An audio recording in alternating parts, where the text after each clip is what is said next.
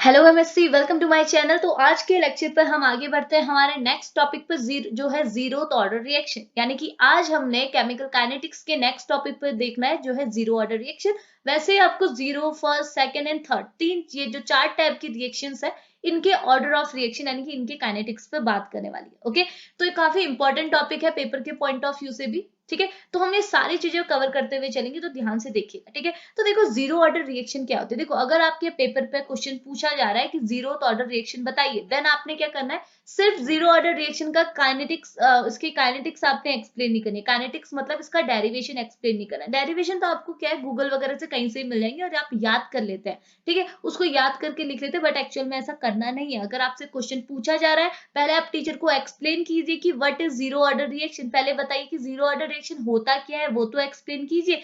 Then आप उसके क्या करेंगे, उसकी तब आप काइनेटिक्स बताइए, फिर उसकी यूनिट्स कैलकुलेट करके निकालिए। उसके बाद जाके दो तीन एग्जांपल बताइए, यानी कि दो तीन रिएक्शन के एग्जांपल दीजिए कि जिसमें जीरो ऑर्डर रिएक्शन देखा जाता है। समझ में आ रहा, तब आपका पूरा आंसर कंप्लीट होता है। उससे पहले का आंसर कंप्लीट नहीं है कि जीरो ऑर्डर रिएक्शन पूछा और आपने डेरिवेशन चिपका दिया, ऐसा नहीं करना है। ओके, तो देखो जितना भी मटेरियल है मैं सारा आपको पढ़ाऊंगी, ध्यान देखना। ठीक है, तो स्टार्ट करते हैं जीरो ऑर्डर रिएक्शन। तो सबसे पहले समझो कि ऑर्डर ऑफ रिएक्शन क्या होती है। ऑर्डर किसके लिए कहते हैं हम, ऑर्डर क्या कहते हैं, आपने जूनियर क्लासेस भी पढ़ा होगा, ऑर्डर ऑफ मॉलिक्यूलरिटी। दो टर्म होते हैं केमिकल काइनेटिक्स के इंपॉर्टेंट। तो ऑर्डर मतलब क्या होता है, आप सिंपली ऐसे समझ लीजिए कि कोई भी रिएक्शन है, सपोज मैंने बोला ए गिव्स बी, ए की रिएक्शन है, इस पे जो रिएक्टेंट मॉलिक्यूल है, इस रिएक्टेंट मॉलिक्यूल की यहाँ पे जो पावर है एन, ये ही होती है इसकी ऑर्डर। समझ में आ रहा, इस रिएक्टेंट मॉलिक्यूल की यहाँ पे जो पावर है एन, इसी को आप बोलेंगे इसका ऑर्डर। समझ में आया, अगर ये पावर क्या होगी, वन होगी। इफ यहाँ पर को मैं ऐसे लिख देती हूँ, अगर, वेट करना एक मिनट, अगर देखो, अगर इफ मैं कर दूं, if N is equal to क्या, अगर आपका एन होगा जीरो, तो उस केस में ये जो रिएक्शन कहलाएगी ये बोली जाएगी जीरो ऑर्डर रिएक्शन। समझ में आया, समझ में आ रहा ऑर्डर ऑफ रिएक्शन क्या है। अगर यहां पर को N is equal to one कर दूं तो आप बोलेंगे इसे फर्स्ट ऑर्डर रिएक्शन। अगर N is equal to two कर दूं आप इसे बोलेंगे सेकंड ऑर्डर रिएक्शन। अगर मैं N is equal to three कर दूं तो आप इसे बोलेंगे थर्ड ऑर्डर रिएक्शन। तो ये ही होती है ऑर्डर ऑफ रिएक्शन, जो कि टोटली डिपेंड करती है जो एक कंसंट्रेशन टर्म है, या फिर आप इसे बोला पावर, या इसे बोल सकते हैं concentration term of reactant molecule. Product के नहीं, हाँ, सिर्फ रिएक्टेंट मॉलिक्यूल। कितने रिएक्टेंट मॉलिक्यूल आपके कंसंट्रेशन टर्म है, मतलब जो आपके रिएक्टेंट मॉलिक्यूल है उसकी जो कंसंट्रेशन टर्म है उसको आपने ऐड करना है। अगर यहाँ पर को सपोज मेरा क्या दूसरा मॉलिक्यूल होता है, जिसे मैं क्या कह दूं, इसे मैंने बोल दिया सी। ठीक है, सी प्लस ए, इसकी पावर भी है एन। ओके, इन दोनों को ऐड करके आपका क्या आ रहा है, अगर n plus N is equal to भी क्या आ रहा है, आपका वन आ रहा है, देन आप बोलेंगे ये रिएक्शन है आपकी फर्स्ट ऑर्डर रिएक्शन। तो आपकी जो रिएक्शन का ऑर्डर है किस पे डिपेंड कर रहा है, ये जो रिएक्टेंट मॉलिक्यूल है, प्रोडक्ट को नहीं देखना आपने, रिएक्टेंट मॉलिक्यूल है, इनकी कितनी पावर है, इनका कितना कंसंट्रेशन टर्म है। ओके, तो इसी को आप बोलते हैं ऑर्डर ऑफ रिएक्शन। तो ऑर्डर मतलब होता है पावर ऑफ रिएक्टेंट मॉलिक्यूल, या फिर बोल सकते हैं concentration term of reactant molecule को ही आप उसका ऑर्डर बोलते हैं। अब हम यहाँ पर्टिकुलरली किस पे बात करें, zero order reaction. Zero order reaction क्या होगा, अगर मैं इसको यहाँ पर से ऐसे इरेज कर दूं, अगर ये मैं बोलूं ये हमारी रिएक्शन है और इस रिएक्शन में n is equal to zero है, देन ये रिएक्शन आपकी क्या कहलाई जाएगी, जीरो ऑर्डर रिएक्शन। ऐसी रिएक्शन होती है जीरो ऑर्डर रिएक्शन। ओके, तो ये समझ में आया जीरो ऑर्डर रिएक्शन क्या होती है। अब आपने क्या करना है, पहले मैं आपको डेफिनेशन वगैरह बताती हूँ, देन आपने इसकी काइनेटिक्स निकालनी है। काइनेटिक्स मतलब क्या हो गया, मैंने आपको लास्ट वीडियो पे जब आपको फैक्टर्स अफेक्टिंग बताया था, तो मैंने आपको रेट ऑफ रिएक्शन पे भी थोड़ा इंट्रोडक्शन दिया था। वो इसीलिए क्योंकि देखो अब आपने काइनेटिक्स निकालनी है। काइनेटिक्स मतलब होता है आपने इस रिएक्शन की, इस रिएक्शन मतलब कोई भी रिएक्शन जिसमें जीरो ऑर्डर रिएक्शन शो हो रहा हो, जिसमें जीरो ऑर्डर हो, ऐसी रिएक्शन की काइनेटिक्स निकालनी, मतलब ऐसी रिएक्शन की रेट निकालनी है। रेट यानी कि उसकी स्पीड निकालनी है। ठीक है, तो उसको निकालने के लिए आपने पूरा डेरिवेशन दिखाना होगा कि कैसे हम किसी भी रिएक्शन जिसमें जीरो ऑर्डर रिएक्शन शो हो रहा है, जिसके रिएक्टेंट मॉलिक्यूल का जो कंसंट्रेशन टर्म है वो किसके इक्वल है, जीरो है। ठीक है, जीरो के इक्वल है, तो ऐसी रिएक्शन का रेट क्या होगा, ऐसी रिएक्शन का काइनेटिक्स क्या होगा, उनकी स्पीड क्या होगी, तो उसके लिए आपने पूरा डेरिवेशन करना होगा। समझ में आया। तो देखो, अब यहाँ पे पहले मैं आपको डेफिनेशन देख लेती हूँ। तो डेफिनेशन क्या बोला है, when the sum of the power of reactant molecule, जिसे आप कंसंट्रेशन टर्म भी कह सकते हैं, is equal to zero, then this type of reaction is known as a zeroth order reaction. समझ में आया, जब आपके जो रिएक्टेंट मॉलिक्यूल है उनकी आप पावर्स को सम कीजिए, उनको ऐड कीजिए, यानी कि जिसे आप पावर भी बोल सकते हैं, कंसंट्रेशन टर्म भी बोल सकते हैं, अगर वो जीरो के इक्वल है then it is zero order reaction. समझ में आया। और एक और डेफिनेशन यहाँ लिखी है, the reaction in which the total concentration of a reactant doesn't change with the time and the rate constant remains the same. ऐसी रिएक्शंस भी क्या होगी, जीरो ऑर्डर रिएक्शन, यानी कि ऐसी रिएक्शन जिसमें जो रिएक्टेंट मॉलिक्यूल है उसका टोटल कंसंट्रेशन जैसा पहले था वैसा ही बाद में आपको मिले, क्योंकि वो तो जीरो है, जीरो पहले भी था तो बाद में भी क्या होगा, जीरो ही होगा, कोई चेंज इससे घटा तो नहीं सकते ना। देखो ना, रिएक्टेंट मॉलिक्यूल जो है, रिएक्टेंट मॉलिक्यूल अगर रिएक्शन करता है, प्रोडक्ट बनाता है, तो इसका कंसंट्रेशन हमेशा घटता है, क्योंकि रिएक्टेंट से आप प्रोडक्ट बना रहे हैं, यानी कि रिएक्टेंट का जो कंसंट्रेशन है,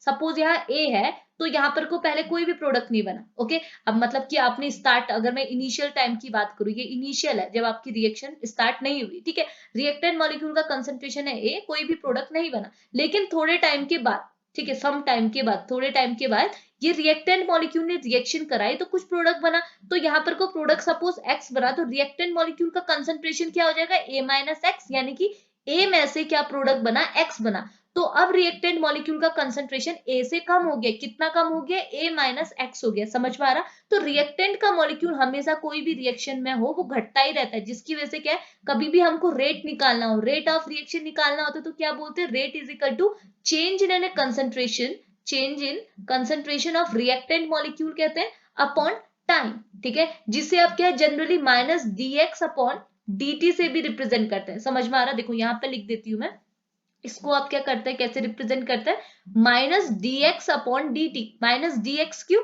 क्योंकि हम यहाँ पर को रिएक्टेंट मॉलिक्यूल की बात कर रहे हैं, रिएक्टेंट मॉलिक्यूल का कंसंट्रेशन किसी भी रिएक्शन में हमेशा डिक्रीज होता है, इसलिए हम इसे माइनस कहते हैं। अगर हम लोग यहीं पर को ये जो रिएक्शन रेट की जो इक्वेशन है, अगर हम प्रोडक्ट के रिस्पेक्ट में बनाए तो हम इसे बोलते हैं plus D X upon D T, क्यों, यहाँ पर हम लोग प्रोडक्ट की बात कर रहे हैं, प्रोडक्ट का कंसंट्रेशन हमेशा किसी भी रिएक्शन के लिए इंक्रीज होता है, तो हम लिखते हैं plus D X upon D T. इतनी चीज क्लियर हो रही, तो ये होता है रेट। तो वही बोल रहा है कि आपको कोई रिएक्शन, देखो जीरोथ ऑर्डर रिएक्शन में यहाँ पर रिएक्टेंट का कंसंट्रेशन जीरो है, तो प्रोडक्ट का कंसंट्रेशन भी क्या होगा, जीरो ही तो होगा, क्योंकि इससे कितना घटाएंगे कि मतलब समझ में आ रहा है, जीरो से आप कुछ भी घटाएं तो जीरो ही मिलेगा, तो कंसंट्रेशन आपका क्या होगा, जीरोथ ऑर्डर रिएक्शन के लिए, फर्स्ट के लिए तो नहीं होगा, फर्स्ट के लिए कंसंट्रेशन यहाँ पे को पावर क्या है, 1 होगी, तो यहाँ जाके कुछ ना कुछ घट जाएगी, समझ में आ रहा। लेकिन जीरो के केस में जीरो थी तो जीरो ही रहेगी, तो बोल रहा है the reaction in which the total concentration of a reactant molecule doesn't change with the time, और रेट कांस्टेंट आपका सेम ही रहेगा, ऐसी रिएक्शन को आप बोलेंगे जीरोथ ऑर्डर रिएक्शन। इतनी चीज समझ में आई, तो ये होती है जीरो ऑर्डर रिएक्शन, समझ में आया।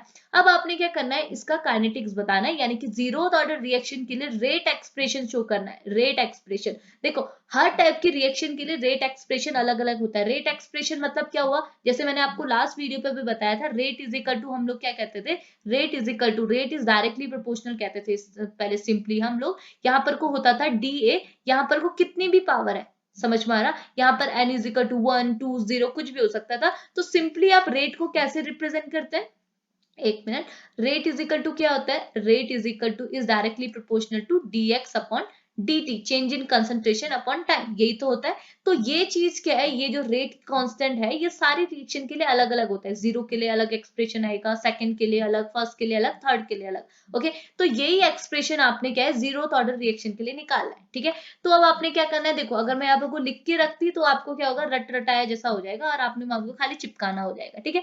इसलिए मैंने क्या है, यहाँ पर लिखा नहीं है, मैं आपको खुद डेरिवेशन बना के दिखाऊंगी, आपको क्या बहुत सिंपल लगेगा और याद भी हो जाएगा, ठीक है। तो देखो सबसे पहले आपने क्या करना है, कोई रिएक्शन लेना है जिसका ऑर्डर ऑफ रिएक्शन क्या हो, जीरो, ओके। तो सपोज आप यहाँ पर को बोलेंगे कि कंसीडर किया हमने कोई एक रिएक्शन जिसपे क्या है, आपका रिएक्टेंट मॉलिक्यूल है ए, इसने दिया प्रोडक्ट, समझ में आया, इसने क्या दिया, प्रोडक्ट दिया। अब इनिशियली क्या है, जब रिएक्शन स्टार्ट ही नहीं हुई तब आप बोल सकते हैं यहाँ पर को, जब आपका टाइम क्या है, जीरो है, क्योंकि हम कैसे दिखाते हैं, रेट इज इक्वल टू क्या देखते हैं, rate is equal to D X upon D T, तो कहते हैं D X upon D T, यानी कि change in concentration per unit time, ठीक है। तो टाइम आपका जीरो है, कभी अभी रिएक्शन स्टार्ट नहीं है, उस टाइम पर रिएक्टेंट मॉलिक्यूल का जो कंसंट्रेशन है, सपोज आपने बोला ए है, सपोज क्या है, ए आपका क्या है, कंसंट्रेशन है किसका, रिएक्टेंट मॉलिक्यूल, ठीक है। अब देखो, अब आपकी जैसे मैंने पहले बोला, रिएक्शन हुई नहीं है तो ए से कोई प्रोडक्ट बना ही नहीं होगा, तो प्रोडक्ट आपका नील है, नील यहाँ पर कि कोई भी प्रोडक्ट आपका नहीं है, ठीक है। लेकिन अगर आपका टाइम क्या है, थोड़ा प्रोसीड हो गया, मतलब थोड़ा टाइम आपने दे दिया रिएक्शन को, तो कुछ ना कुछ रिएक्शन हुई होगी, यानी कि टाइम, अगर मैं आपको कोई पर्टिकुलर वैल्यू नहीं ले रही हूँ, मैं बोल रही हूँ टाइम टी हो गया, ठीक है, हमने क्या थोड़ा टाइम के बाद अगर रिएक्शन देखा तो रिएक्टेंट मॉलिक्यूल से कुछ आपका प्रोडक्ट बना, सपोज आपका प्रोडक्ट कितना बना, एक्स बना, तो रिएक्टेंट मॉलिक्यूल का कंसंट्रेशन कुछ ना कुछ कम हुआ होगा, कितना कम हुआ होगा, एक्स कम हुआ, क्योंकि इससे बना है एक्स, तो रिएक्टेंट मॉलिक्यूल का कंसंट्रेशन इनिशियली था ए और आपने बना दिया एक्स, तो अब इसका कंसंट्रेशन कितना हो जाएगा, ए माइनस एक्स, कॉमन सा है, सिंपल है। तो बस आपने ऐसे रिएक्शन दिखाना है सब में, जीरो, फर्स्ट, सेकंड, थर्ड, सब में, ठीक है। अब आपने इस रिएक्शन के लिए रेट निकालना है, रेट कैसे निकालते हैं, अब हमने निकालना है rate for zero order reaction. तो ये तो आपकी रिएक्शन है, अब आप बताएंगे कि आपको क्या कराना है, रेट एक्सप्रेशन, एक मिनट देखना, रेट एक्सप्रेशन, ध्यान से सुनना, एक्सप्रेशन फॉर किसके लिए, zero order reaction, zero order reaction, zero order reaction के लिए रेट कैसे निकालेंगे। अब आपको पता है जीरो ऑर्डर रिएक्शन की रेट क्या होती है, आप बोलते हैं dx upon dt, okay, rate is equal to dx upon dt होती है, और ये किसके इनवर्सली प्रोपोर्शनल होगी, रिएक्टेंट के कंसंट्रेशन के, रिएक्टेंट क्या है आपका A, ओके। अब आपकी जीरो ऑर्डर रिएक्शन है तो यहाँ पर इसके ऊपर पावर कितनी होगी, ऑब्वियस सी बात है जीरो होगी, क्योंकि हम जीरो ऑर्डर रिएक्शन की बात कर रहे हैं, ओके। अगर फर्स्ट की बात करते तो मैं यहाँ 1 लिखती, सेकंड की बात करते तो 2 लिखती, यहाँ पर को पावर यानी कि कंसंट्रेशन टर्म कितनी है, जीरो है, इतनी चीज समझ में आई। अब देखो, अब मैं इसे और सॉल्व करूंगी तो मैं इसे ऐसा भी लिख सकती हूँ, dx upon dt is equal to, अब मैंने यहाँ पर कोई प्रोपोर्शनल हटा दिया और यहाँ पर को लगा दिया इसका कांस्टेंट, जिसे स्मॉल k से हम रिप्रेजेंट करते हैं, यहाँ हो गया a की पावर 0, इतना हो गया, समझ में आया। अब देखो, अब हम लोग क्या कर सकते हैं, अब हमने कुछ ऐसा कर दिया, a की पावर 0 है, यानी कि सपोज a की वैल्यू कुछ भी होगी, ठीक है, a की वैल्यू सपोज कुछ भी होगी, जब a ही बोल रही हूँ, अगर मैं इसे 0 से मल्टीप्लाई कर दूं, पावर में हम लोग मल्टीप्लाई तो करते हैं, 2 की पावर 2 कहूंगी तो 2 को 2 से तो मल्टीप्लाई करेंगे, मतलब पावर तो वही हो गया ना, तो पावर मतलब मल्टीप्लाई करना। अगर आप कोई भी यहाँ पर को कंसंट्रेशन है, इसको आप 0 से मल्टीप्लाई करेंगे तो क्या आएगा, आपका 0 आएगा, यानी कि इस पूरे की वैल्यू तो क्या होगी, 0 होगी, इतनी चीज समझ में आई। अगर अब आपने dx की वैल्यू निकालनी है तो dx को क्या बोलेंगे, k अपॉन dt, अब यहाँ पर को a नहीं आएगा क्योंकि a की वैल्यू तो 0 होगी, क्योंकि इसकी पावर है 0, किसी की भी पावर 0 होगी तो क्या होगा, 0 हो जाएगा।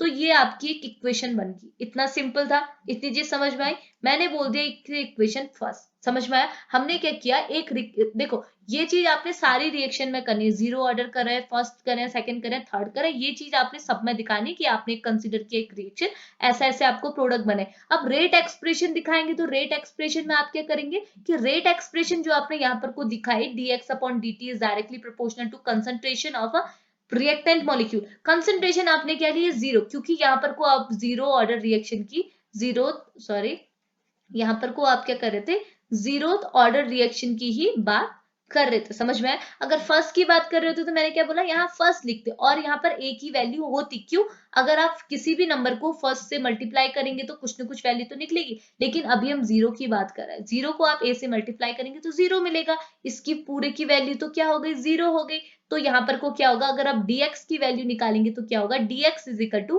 के dt ऊपर चला जाएगा, तो ये इक्वेशन आपकी बन गई, सिंपल है, इतना तो आप कर सकते हैं। अब इसके बाद आपने क्या करना है, देखिए, एक मिनट मैं चेंज करती हूँ, देखो, इसके बाद आपने क्या करना है, ध्यान से सुनिए। अब आप क्या बोलेंगे, अगर आपने जो इक्वेशन निकाली, इक्वेशन फर्स्ट, अगर आप इसे इंटीग्रेट करेंगे तो क्या होगा, आपको क्या लिखना है, ऑन इंटीग्रेशन, ऑन इंटीग्रेशन किसको, इक्वेशन फर्स्ट, अगर इक्वेशन फर्स्ट को आप इंटीग्रेट करेंगे तो इक्वेशन फर्स्ट क्या थी आपकी, dx इज इक्वल टू के dt, यानी कि इंटीग्रेशन किसके आगे लगाया, dx के आगे लगाया, इज इक्वल टू के, तो आपका कांस्टेंट है, आगे आ जाएगा, इंटीग्रेशन अब किसका होगा, dt का इंटीग्रेशन हुआ, समझ में आया। अब जब आप इंटीग्रेशन करेंगे तो क्या होगा, यहाँ पर को ये जो चेंज है, चेंज और इंटीग्रेशन एक दूसरे को कट कर देंगे। देखो, आप मैथ्स वाले हैं तो आप इजीली समझ जाएंगे, बट बायो वाले होंगे तो प्रॉब्लम आएगी, मैं भी बायो वाली हूँ। आपने क्या करना है, इस d को इस इंटीग्रेशन से कट कर देना समझने के लिए, ओके।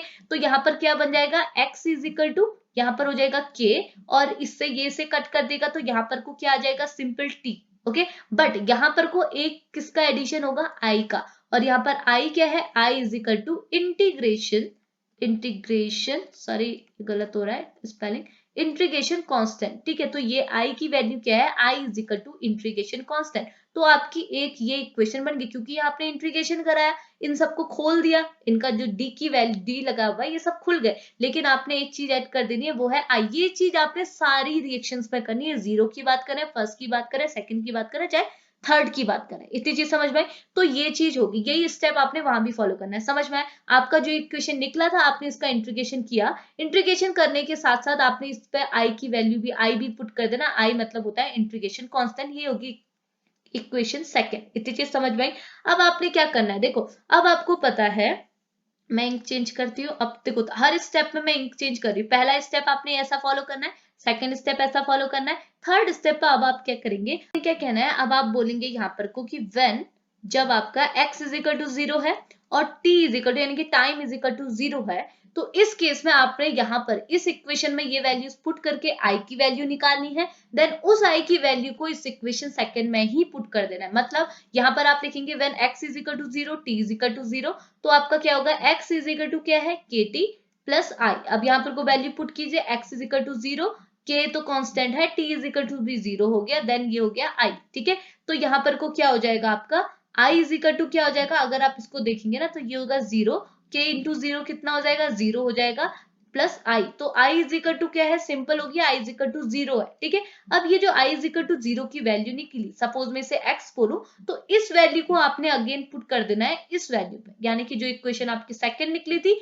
वहां पर कोई इस i की वैल्यू को पुट कर देना है। समझ में आया? अगर यहाँ पर को i की वैल्यू आप पुट करेंगे तो इक्वेशन कैसी बन जाएगी, यहाँ पर है x इज इक्वल टू क्या लिखा हुआ है, x is equal to kt plus i है। अब आपको पता है यहाँ पर लिखेंगे क्योंकि i इज इक्वल टू है 0, देन पूरी इक्वेशन क्या बन जाएगी, ये बन जाएगी x इज इक्वल टू के टी। ये आपकी एक फाइनल इक्वेशन बन गई। समझ में आया? ये होगी इक्वेशन आपकी थर्ड। इतनी चीज क्लियर है? अब देखो मैं यहाँ पर को ऐसे कर देती हूँ, ये है आपका स्टेप फर्स्ट। ठीक है, ये आपको यही स्टेप आपने सब में करी, ये आपको याद करने के लिए बोल रही हूँ। एक स्टेप फर्स्ट ये हुआ, ठीक है, यहां तक आप कर लेंगे, देन आपको याद करना है कि स्टेप सेकंड में आपने क्या करना है, इंट्रीगेशन कराना है। समझ में आया? स्टेप सेकंड में इंट्रीगेशन कराएंगे, देन स्टेप थर्ड में क्या करना है, x और t की वैल्यू पुट करके i निकालना और i की वैल्यू को ही यहाँ पुट कर देना है, जिसकी वजह से आपको इक्वेशन थर्ड मिलेगी स्टेप थर्ड में। ओके, अब इस पर ये भी देख लो कि ये जो x इज इक्वल टू के टी हमारा निकला, इसका मतलब क्या है, इसका मतलब क्या है, देखो अगर मैं कांस्टेंट को, ये जो k है इसे मैं डायरेक्टली प्रोपोर्शनल कर दूं x इज इक्वल टू को हटा के, इसका मतलब क्या हुआ, x is directly proportional to t। तो x मतलब क्या था, कंसंट्रेशन था, इसका मतलब concentration is directly proportional to time. समझ में आया? तो ये किसका बन गया, इक्वेशन बन गया, मतलब इसका मतलब क्या हुआ, समझ में आ रहा? अब आपका लास्ट स्टेप है, लास्ट स्टेप। तो अब देखो अब स्टेप 4 पे आपने करना क्या है, ध्यान से सुनिए। ठीक है, स्टेप 4 लास्ट है, सिंपल है। इस पे आपने क्या करना है, ये जो आपकी इक्वेशन निकली थी ना, इक्वेशन थर्ड, इसे इंटीग्रेट कर देना, सिंपल है। अब आप कैसे इंटीग्रेट करेंगे, पहले आप लिखेंगे the rate expression for, the rate expression for किसके लिए, zeroth order reaction, zeroth order reaction के लिए रेट एक्सप्रेशन क्या हो जाएगा, इससे इंटीग्रेट करेंगे तो क्या होगा, इंटीग्रेशन हो गया किसका, dx का। ठीक है, इज इक्वल टू के आपका बाहर हो जाएगा, इंटीग्रेशन हो जाएगा dt का। ओके, ये कहां से हो रहा है, यहाँ पर लिखेंगे x इज इक्वल टू 1 और ये होगा x इज इक्वल टू नहीं, ये सीधे होगा x1 से x2 तक।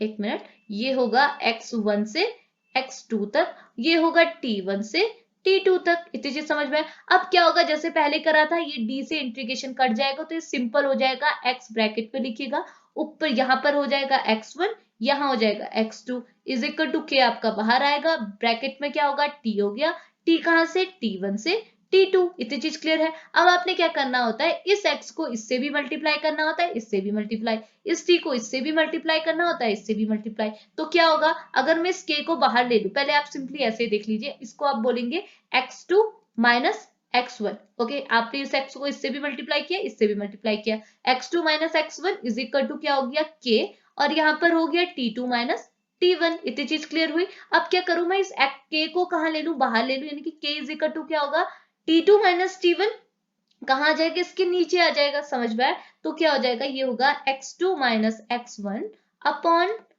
t2 minus t1। तो k इज इक्वल टू क्या हो जाएगा, x2 माइनस x1 अपॉन में t2 माइनस t1। इतनी चीज क्लियर आएगी वाला स्टेप। तो ये ही होता है rate expression for zeroth order reaction, यानी कि ये क्या निकाल दिया आपने, क्या निकाल दिया, रेट कांस्टेंट निकाल दिया ना, ये रेट निकाल दिया ना। तो यही चीज होता है, आप बोल सकते हैं ये रेट एक्सप्रेशन, या फिर बोल सकते हैं और kinetics of zeroth order reaction. इतनी चीज क्लियर हो रही, इतनी चीज सिंपल था ना समझ में। अब देखो मैं इसे लिख के आपको बताती ना, आप खुद ही कंफ्यूज हो जाते कि मैंने इतना सब कुछ लिखा क्या, इतना देखो कितना बड़ा बड़ा लग रहा है, पर है कुछ नहीं। आपने क्या करना है, ये इक्वेशन जो है ये सबके लिए आपने बनानी है, और ये सारे स्टेप आपने सारी रिएक्शन में फॉलो करना है। पहले स्टेप में आपने क्या निकाला, रेट एक्सप्रेशन निकाला, जिसका आपको फॉर्मूला पता है, बट आपने पावर में क्या रख देना है, जीरो। जब आपने जीरो रखा तो ए की वैल्यू पूरी जीरो हो जाएगी, तो इससे आपकी इक्वेशन फर्स्ट निकली। सेकंड इक्वेशन में आपने क्या किया, इस इक्वेशन को इंटीग्रेट कर दिया, इंटीग्रेट करके आपकी कुछ ऐसी इक्वेशन निकली, ठीक है। इंटीग्रेशन करने के बाद आपने क्या करना है, थर्ड स्टेप में यहाँ पर आई की वैल्यू निकालनी है। आई की वैल्यू निकाल के सेकंड इक्वेशन में रख देंगे, तो इक्वेशन निकल जाएगी हमारी थर्ड। ओके, लास्ट स्टेप में यानी कि स्टेप फोर्थ में क्या करना है, ये जो इक्वेशन निकली इसको इंटीग्रेट कर देना है, जो आपका प्रोडक्ट बना वही होगा आपका kinetics of zero order reaction. काफी इजी था, तो यही स्टेप आपने सारी रिएक्शंस में कराना है। समझ में आया? अब देखो ये तो काइनेटिक्स बता दिया, अब आप क्या बताएंगे, इसकी यूनिट। ठीक है, यूनिट कहाँ हो गई, देखो यूनिट कैसे निकालेंगे, यूनिट मतलब क्या हो गया, यहाँ पर को आप बोल सकते हैं कि k की वैल्यू निकालनी है आपने, ठीक है। k का यूनिट निकाला है, k का यूनिट क्या होगा, जब x2 upon x2 minus x1 क्या होगा, x होगा, ठीक है। सपोज x हो गया और नीचे क्या हो गया, t हो गया, तो x क्या था आपका, x था आपका कंसंट्रेशन। ओके, x की वैल्यू क्या थी, x मतलब था कंसंट्रेशन, नीचे हो गया टाइम। अब आपने क्या करना है, कंसंट्रेशन और टाइम की वैल्यू निकालनी है, मतलब इनकी यूनिट निकालनी है, इससे से आपकी k की यूनिट निकल जाएगी। सिंपल है, रुको मैं इंक चेंज करके आपको बताती हूँ। तो देखो जब आपको पता है कंसंट्रेशन की यूनिट क्या होती है, ये होती है आपकी मोल dm पर centimetre cube. Okay, upon time की यूनिट क्या होती है, आप सेकेंड भी बोल सकते हैं या फिर आप क्या बोल सकते हैं, मिनट भी बोल सकते हैं। ओके, अब आप इसको सिंपली क्या बोलेंगे, के की unit for zeroth order reaction के लिए के की यूनिट क्या हो जाएगी, मोल, ठीक है, मोल डीएम पर सेंटी पर क्यूब अपॉन में सेकेंड, या फिर स्लैश करके बोल सकते हैं टाइम, ठीक है, कुछ भी बोल सकते हो। तो ये यूनिट किसकी होगी, यूनिट फॉर के की यूनिट होगी for the zeroth order reaction. इतनी चीज क्लियर होगी। अब देखो यहाँ पर को क्या है, एग्जाम्पल दिए हुए, एग्जाम्पल किसके हैं, ये है जीरो ऑर्डर रिएक्शन, यानी कि ऐसी रिएक्शन जिनका क्या है काइनेटिक्स, यानी कि के की वैल्यू जो रेट की वैल्यू है वो क्या है, जीरो है, जीरोथ ऑर्डर रिएक्शन जो शो करते हैं, ठीक है। तो इसके एग्जाम्पल, दो एग्जाम्पल लिखे हैं, डिकम्पोजिशन ऑफ NH3 यानी कि अमोनिया इन अ प्लेटिनम सरफेस। अगर आप NH3 यानी कि अमोनिया का क्या कराएं, डिकम्पोजिशन कराएं on the surface of platinum, ठीक है, प्लेटिनम सरफेस पे आप क्या कराएं, इसका डिकम्पोजिशन कराएं, तो ये जो रिएक्शन है ये क्या है, जीरोथ ऑर्डर रिएक्शन शो कराती है। इसके लिए भी काइनेटिक्स कुछ ऐसा ही होगा, ठीक है। इतना कुछ तो लिखने की जरूरत नहीं होती, दो एग्जांपल दे देना कि जीरो ऑर्डर रिएक्शन के दो एग्जांपल। ओके, दूसरी चीज एक और है, decomposition of HI over gold surface. Gold surface के ऊपर जब आप HI को डिकम्पोज कराएंगे उस टाइम पे ये जो रिएक्शन होगी, ये रिएक्शन भी क्या है, जीरोथ ऑर्डर रिएक्शन का एग्जांपल शो करती है। ओके, तो ये हो गया आपका जीरो ऑर्डर रिएक्शन। तो ये दोनों इक्वेशन ये दोनों ना याद कर लेना, क्योंकि क्या वाइवा वगैरह में भी ये जनरली पूछ लिया जाएगा कि आपसे सिंपली बोल दें कि जीरो ऑर्डर रिएक्शन के दो एग्जांपल बता दो, एक एग्जांपल बता दो, तो आप सिंपली बोलो decomposition of ammonia in platinum surface, ये जो रिएक्शन है ये एक टाइप की जीरो ऑर्डर रिएक्शन है। इतनी चीज समझ में आए, तो यहाँ पर हमारा क्या है, जीरो ऑर्डर रिएक्शन कंप्लीट होता है। इतनी चीज समझ में आई ना, तो ऐसे ही आपने करना है, ठीक है, रटना नहीं है, ऐसे स्टेप वाइज करते हुए चलिए, आपको समझ में आ जाएगा, ठीक है। तो जीरो ऑर्डर रिएक्शन को हम यहीं पे फिनिश करते हैं। अब हम लोग स्टार्ट करेंगे first order reaction next video पे। ओके, तो अगर वीडियो पसंद आई होगी, हेल्पफुल होगी, देखो रटना नहीं है, चीजों को समझते हुए चलिए, ठीक है। तो जीरो फर्स्ट पे भी हमने यही करना है, सेकंड पे भी यही करना है, थर्ड पे भी समझ में आ जाएगा, ठीक है। तो वीडियो को यहीं पे फिनिश करते हैं। अगर वीडियो पसंद आई हो, हेल्पफुल लगी हो, तो please like share and subscribe my channel. तो मिलते हैं नेक्स्ट वीडियो पे, तब तक के लिए बाय बाय।